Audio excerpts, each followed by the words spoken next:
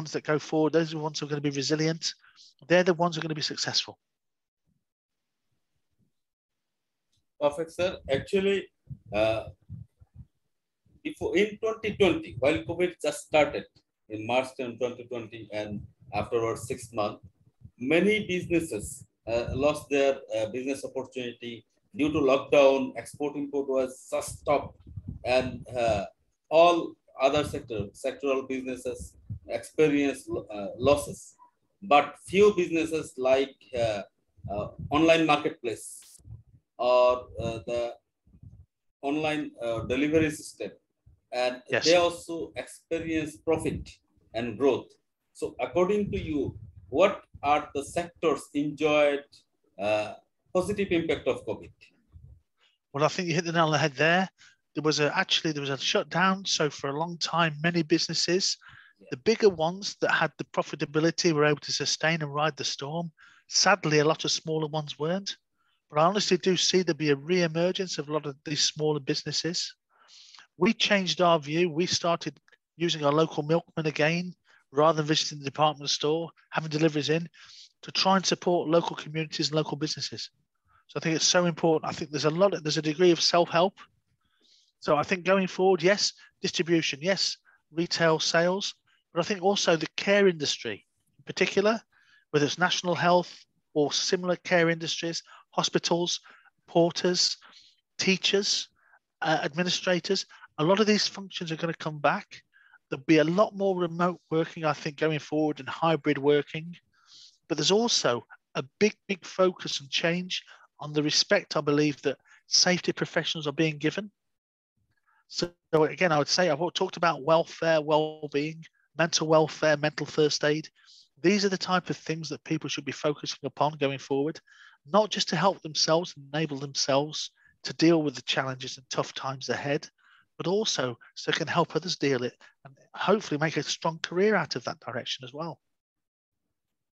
Thank you, sir. Actually, we already observed that few professional skills are being obsoleted, and newer types of skills are coming in.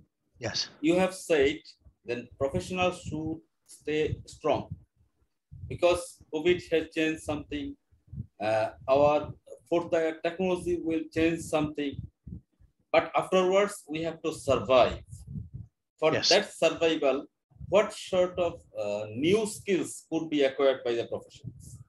Well, I think we all know with the rate of change, particularly in terms of artificial technology and new technologies coming in, the important thing is we have the appropriate IT skills, we have the appropriate technical capabilities, whether it's health and safety, risk management, whatever it is, whether it's engineering. We've got to make sure whatever our discipline we're working, we stay up to date with what skills are required today and what's going to be required tomorrow. So that means big change in behaviour. I think we've got to see CPD, continuing professional development, in most careers as the way forward, whether we like it or not. And not just a case of doing a degree or master's and sitting back on it for 10 years anymore. We've got to keep going with the flow. I'm a big believer in CPD. I'm a big believer in coaching and mentoring others as well, because we can learn from each other to get to the levels of expectation. And these are the ones who are these are the people who help take the successful businesses forward, because ultimately these are going to be the next generation, the ones who engage, not the ones who see the IT and new challenges as a threat. As I said to you, I mentioned about mental first aid and resilience. So important that people have the right mental attitude and mindset. But it's also important that people recognize that the rate of change, use of technology, is going to change a lot of jobs. I was actually speaking at an oil and gas convention in Egypt in February, and an event called Egypt's, and I was actually with Schneider Electric and Daewoo, representatives sitting on the stand. And what we actually discussed was about where they're going to employ the new technologies, and ideally it would be in high risk environments. So I'd really like to think that a lot of these new technologies are going to be employed in high risk high risk environments, which will enable less people to be hurt or injured at work. And I think the important thing as well, from a safety professional or management professional, the people factor. It's no more is it all production. that was a short, quick fix mindset. And the people and the businesses that had this mindset, many have closed. The businesses that survived and thrived were the ones that thought, hang on, right, instead of producing 100% today, let's minimize the workforce so they're less likely to catch COVID to 25, 30%.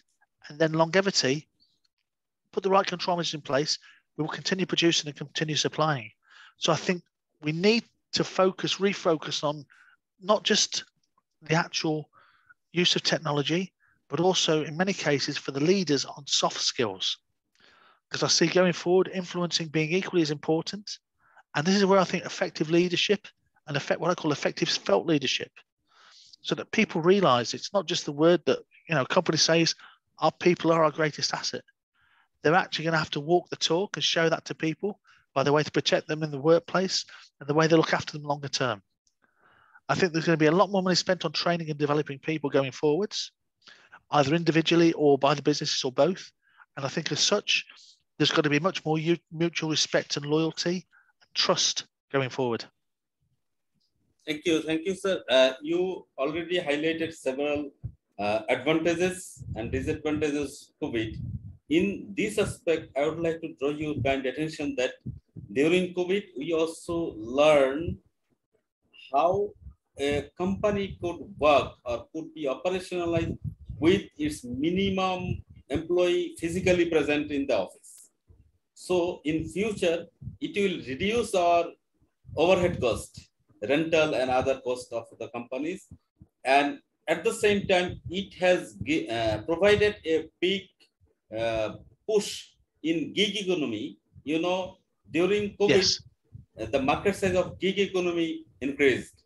So what is your advice about the future leaders, future professionals, how they can cope with this new opportunity, how they can utilize the new gig economic opportunity due to COVID? Well, I think this is where they need to, again, I think more and more, one point I haven't emphasized is that I think in COVID, some of the successful businesses managed the expectations of their companies.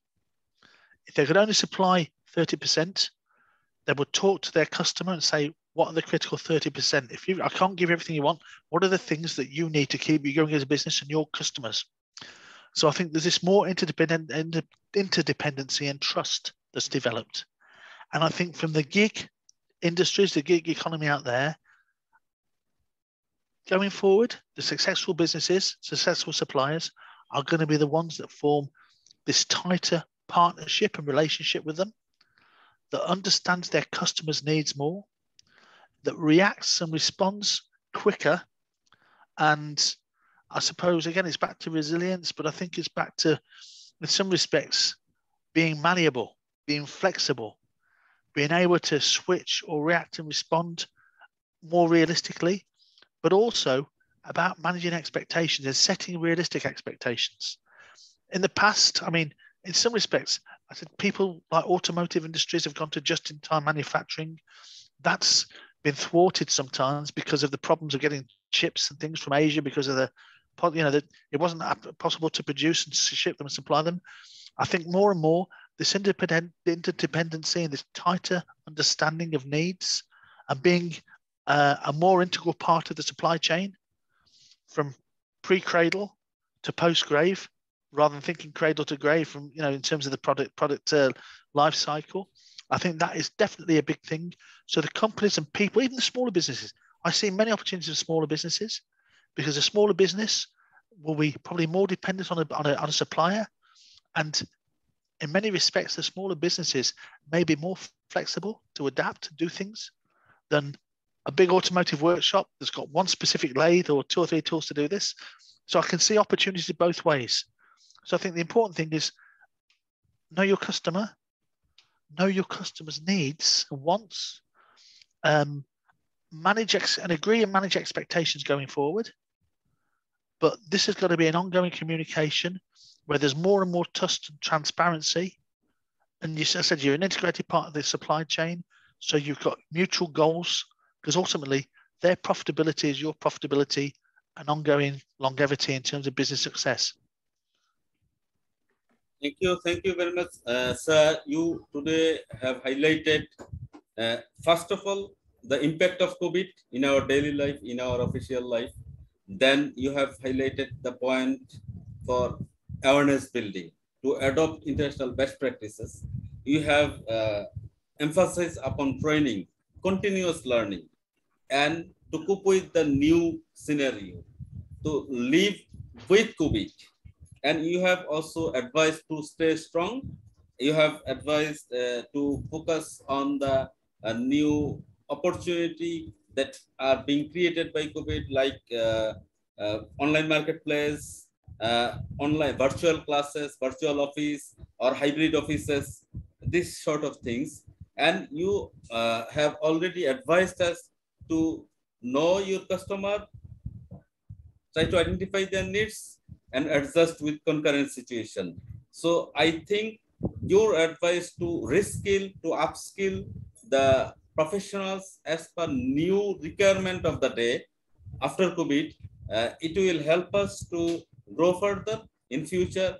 With these few words, I would like to offer my sincere thanks and gratitude for joining with us. We will listen to you maybe again on another topic in near future. Thank you very much for joining, sir. Thank you. I'd like to thank you for this opportunity to share. And you're probably all aware, the last 2 years has slowed a lot of growth down, particularly in Asia, particularly in India, Bangladesh. But I have no doubt in the future, you have such a major impact to play in the global economy. So whilst it may feel painful at the moment, by reshaping, reforming, and by focusing on some of the points that I've shared with you today, I truly hope you and your colleagues have a much more successful and sustainable future as a consequence. So thank you very much.